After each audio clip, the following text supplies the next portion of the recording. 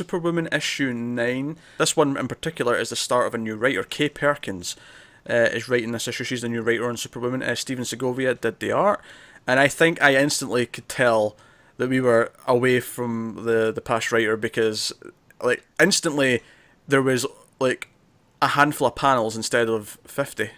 I disagree slightly. It wasn't instantly, because the first page, I opened it up and there's like 10 word boxes all at the top.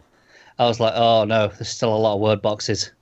Okay. And then it got less as I went on. But that first page, it felt like the exact same. I don't think I'd say it's the exact same for me, that first, because I feel like instantly I could tell there was just less, like, those first like 7 issues, it wasn't just lots of word boxes and word balloons, it was lots of panels, there was lots of little panels, and it was just so much packed on each page, because even though there was a lot of word boxes... It made it tedious to read. Yeah. You know? Not that I didn't enjoy what I was reading, but... Yeah, there was some great story ideas in there, but I like this a lot more. I thought this was a solid...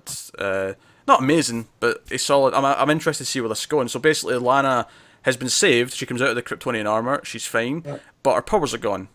Basically, the red energy of New 52 Superman leaving her took her powers away as well. Like, it's gone. And she is now on her own. She's kind of pissy, like, Steele's try to, like, talk to her, but he phones Superman because maybe he can talk to her. And he's like, look, Lana, I know this is rough, but there's something coming. Some threats coming. I need the whole... He actually uses the phrase super family, which I don't know if I've ever seen him use that before in a book. But I'm going to need the whole super family, and he flies her into Metropolis and to show like what she's inspired, that there's people who care about Superwoman now who are inspired, there's kids that are talking about her and stuff. And he basically convinces her that she's still going to be Superwoman despite the fact that she has no powers, which I think is a kind of interesting direction to take it in. It could be quite definitely new for the super family. Yeah, it could be a very empowering little story about we don't need powers to be inspirational. So I think this book... and that's what Superman was trying to get to her, but she was, we know she has her anxiety and depression. You know, we saw that rear its head through the last arc. Yeah. And I think that she's such in a haze now because her life's changing so much. And I feel like that's what John Henry was getting upset about. He's like, we're the ones that are here for you no matter what. Powers, no powers. But just sit and sulk, And then Superman comes, and I liked his whole conversation with her, about what it means to be special but not powered, if that makes sense. I love their relationship, and I think this puts this book on its own unique, because as much, I like that Lana has her own book as well anyway, powers or no powers, because I like her a lot, and I like their friendship, but I think it puts it in this really unique space where we now have a Superman book that it's about inspiring the same hope, but from the perspective of someone who doesn't have powers, from the perspective of someone who can be a hero without that. And I think seeing Lana at the end of this issue run to save the kids and like getting them out of harm's way and stuff, I can see this being a really interesting thing. Also, they're keeping some of the supporting cast. Atomic Skull is still he's now working for Maggie Sawyer. That was my favorite part of the issue. Yeah, I thought it was fun. Yeah, I enjoyed it. I mean, I liked not the a good stuff, cop, but the Atomic Skull stuff was much better for me. He's basically a kid. Try to be a cop, but he lets his emotions get the better of him immediately. Like, she's like, right, only follow my orders, and then the bad guy calls him one name, Remnant calls him one name, and it's like, alright, entire subway just explodes because he's Atomic Skull, and that's what happens when he gets upset.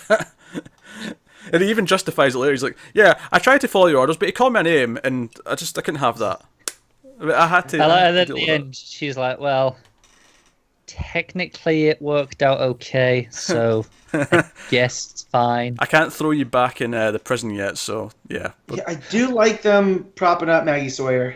I like that too. As like she's the top cop, and she tells him, keep it up, you're gonna find yourself back in the cell. Well, that was something we really liked about this book from the start, was that we liked that it was building Lana her own supporting cast again, because it was Steele, it was Natasha, it was Maggie Sawyer. Like, it's given her her own little bubble of characters that we can explore, and I like that. So. Yeah. Also, I thought the art was really good. Standout panel for me is it's on the splash page towards the end where Superman's throwing the car. I just think that looks fantastic. That was a great page. I like that as well. It was kind of like I think it's solid art. I don't think it stood out to me as much as some of the other books did, because obviously, I mean, we had such a great mix of artists this week. It was possible not to, but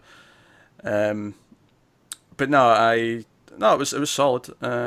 Obviously Segovia's been doing. What else has he been doing recently? Was he doing Green Lanterns for a little bit? I think so. Oh no, it was action. He was doing some action. Okay. Segovia was Either doing way. some issues of action, yeah.